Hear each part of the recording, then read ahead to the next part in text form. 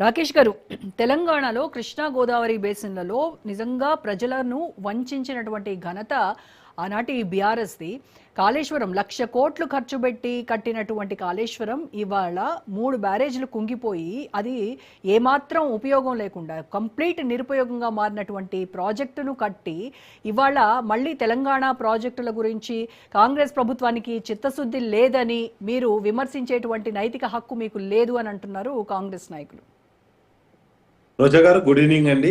మీకు అదేవిధంగా అక్కడ ఉన్నటువంటి మిత్రులు గోవర్ధన్ గారికి, రామరెడ్డి గారికి, అన్న విజయ్ అన్నకు, అదేవిధంగా నగేష్ గారికి, రాజ్ న్యూస్ ప్రేక్షకులకు అందరికి కూడా గుడ్ ఈవినింగ్ అండి. ఫస్ట్ ఆఫ్ ఆల్ ఈరోజు సబ్జెక్ట్ ఏంటంటే గోదావరి రివర్, కృష్ణ రివర్, ఈ రెండు సబ్జెక్టులు. అసలు నీటి గురించే జరిగేటువంటి ఇష్యూలో మనం చూసాం. నిన్న ఏదైతే ఉదయనిధిని అరెస్ట్ చేసినప్పుడు అక్కడ తమిళనాడులో వాటర్ గురించి, నీటి హక్కు గురించి అక్కడ జరిగినటువంటి ఒక పోరాటం. అదే విధంగా పెరియార్ డ్యామ్ కావచ్చు, లేకపోతే వివిధ రూపాల్లో జరుగుతున్నటువంటి ఉద్యమాలు, ఇవన్నీ ఒక అంశం అయితే నేను ఇక్కడ చెప్తుంది ఏంటంటే, సరే మేము ఈ రాష్ట్రాన్ని పరిపాలించింది కేసీఆర్ గారు బీఆర్ఎస్ పార్టీ 9.5 ఏళ్ళు మాత్రమే. 9.5 ఏళ్లకు పూర్వం ఈ ప్రాంతంలో కాంగ్రెస్ కావచ్చు, టీడీపీ కావచ్చు, టీడీపీ ఒక 15 సంవత్సరాలు పరిపాలించింది. మొత్తం మిగతా సమయం అంతా కూడా 65 సంవత్సరాలు 50 సంవత్సరాలు కాంగ్రెస్ పరిపాలించింది. గోదావరి దాదాపుగా ఉమ్మడి ఆంధ్రప్రదేశ్ లో 750 కిలోమీటర్లు ప్రవహిస్తుంది మేడం. దానిలో తెలంగాణలో 600 కిలోమీటర్లు ప్రవహిస్తుంది.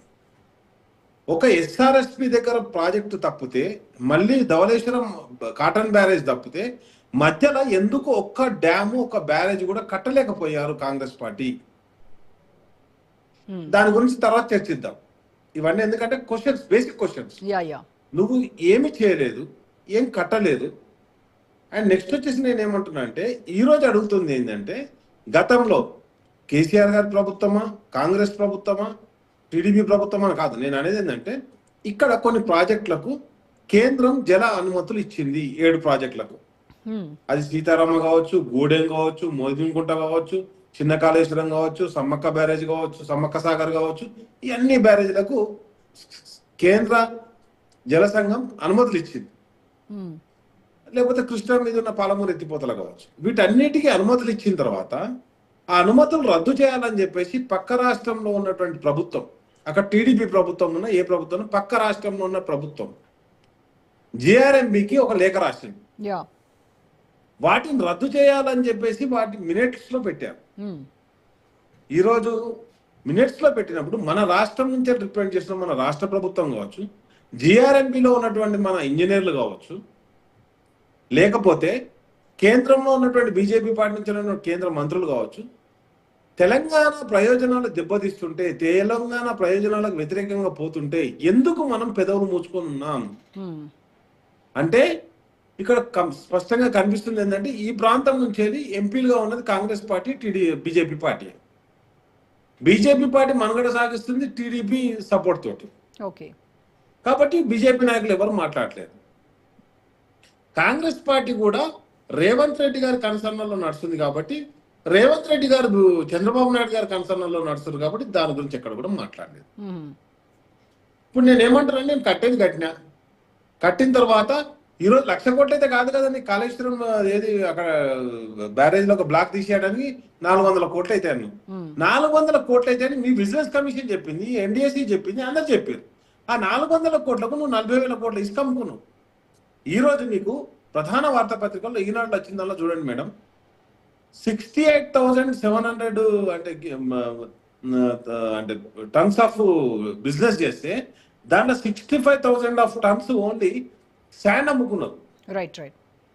నేనేమంటానంటే, నేను చెప్తున్నా నా సొంత కవిత్వం కాదు, వాళ్ళకి సంబంధించినటువంటి ఈనాడు పత్రికలో వచ్చినటువంటి న్యూస్. అత్యధికంగా ఇసుక అమ్ముకున్నది మినరల్స్, మైన్స్ అండ్ మినరల్స్ అమ్ముకున్న ఇసుకనే. ఎందుకు కాళేశ్వరం గేట్లు ఎత్తి పెడుతుర్రు ఒక అంశం అయితే, ఈ రోజు మనకు అక్కడ 10 పంపులు ఉన్నాయి ఎల్లంపల్లి దగ్గర.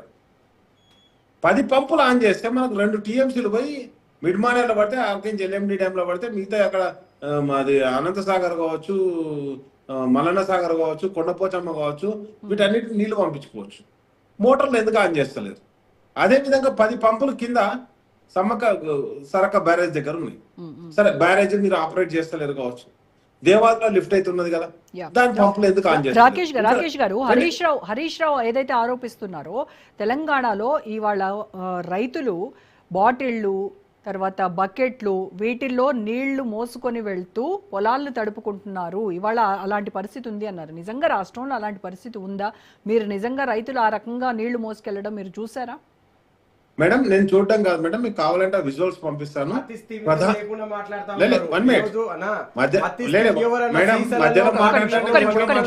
నీళ్లు తీసుకెళ్తారా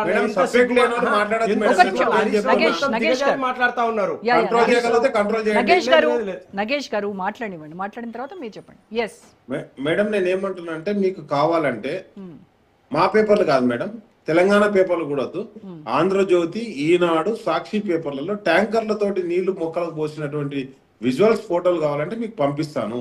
ఓకే, నేను మా పేపర్ తెలంగాణ పేపర్ కూడా చెప్పట్లేదు, ఏ పేపర్ కూడా ఆంధ్రప్రదేశ్ సంబంధించినటువంటి లేకపోతే టీడీపీకో కాంగ్రెస్ కు అనుకూలంగా ఉన్న పేపర్ల పేర్లే చెప్తున్నా.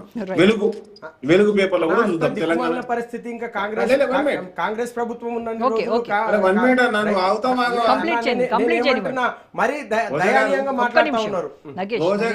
నగేష్ గారు ఒక్క నిమిషం చెప్పండి. రాకేష్ గారు ఏమంటున్నా అంటే ఏది ఉత్తపిందే బాగా సపోర్ట్ చేస్తా అన్నట్టు సపోర్ట్ వద్దు నాకు. నేను అడుగుతున్నా, స్పష్టంగా అడిగింది ఏంది, కావాలంటున్నారు తెలంగాణ ప్రజలు కూడా. మేడం నేను ఏమంటున్నా అంటే రాష్ట్రానికి సంబంధించింది కాదు, నేను రాష్ట్ర ప్రయోజనాలకు సంబంధించి మాట్లాడుతున్నాను. ఇక్కడ పార్టీలు కాదు, మేము కాంగ్రెస్, బీజేపీ, బీఆర్ఎస్ కాదు ఇక్కడ మేమంతా తెలంగాణ వాళ్ళం. ఇప్పుడు తెలంగాణకు సంబంధించినటువంటి 7 ప్రాజెక్టుల అనుమతులు రద్దు చేయమని జిఆర్ఎంబిలో ఎట్లా పెట్టింది కేంద్రం. వన్ మినిట్ నేను చెప్తానండి ఎట్లా పెట్టారు ఒకటి. మరి దాని మీద మనం రద్దు చేసేదానికి, ఆ మినిట్స్ రద్దు చేయడానికి మనం ఏం పోరాటం చేద్దాం. ఎందుకంటే పార్టీలుగా కలహించుకున్న ఈ రాష్ట్ర ప్రయోజనాలు కాపాడడానికి, దేశ ప్రయోజనాలు కాపాడడానికి, ఎందుకంటే తెలంగాణ కూడా భారతదేశంలోనే ఉంది కాబట్టి ఈ ప్రాంత ప్రయోజనాలు కాపాడడానికి మనం ఏ విధంగా పోరాటం చేద్దాం. ఇప్పుడు ఏముంది మేడం, తాపకు వచ్చి నీ మీద నేను, నా మీద నేను చెప్పుకుంటాను, ప్రయోజనం ఉండదు కదా, ప్రయోజనం లేదు. నేను ప్రయోజనార్థం నేను ఏమంటున్నా అంటే మేము ప్రాజెక్టులు కట్టాము, మేము చెరువుల్లో మిషన్ కాకతీయ పొడిగలు తీసాం, మేము కావాల్సినంత కూడా ఇక్కడ ఇరిగేషన్ కెపాసిటీ ఇంక్రీజ్ చేసాం.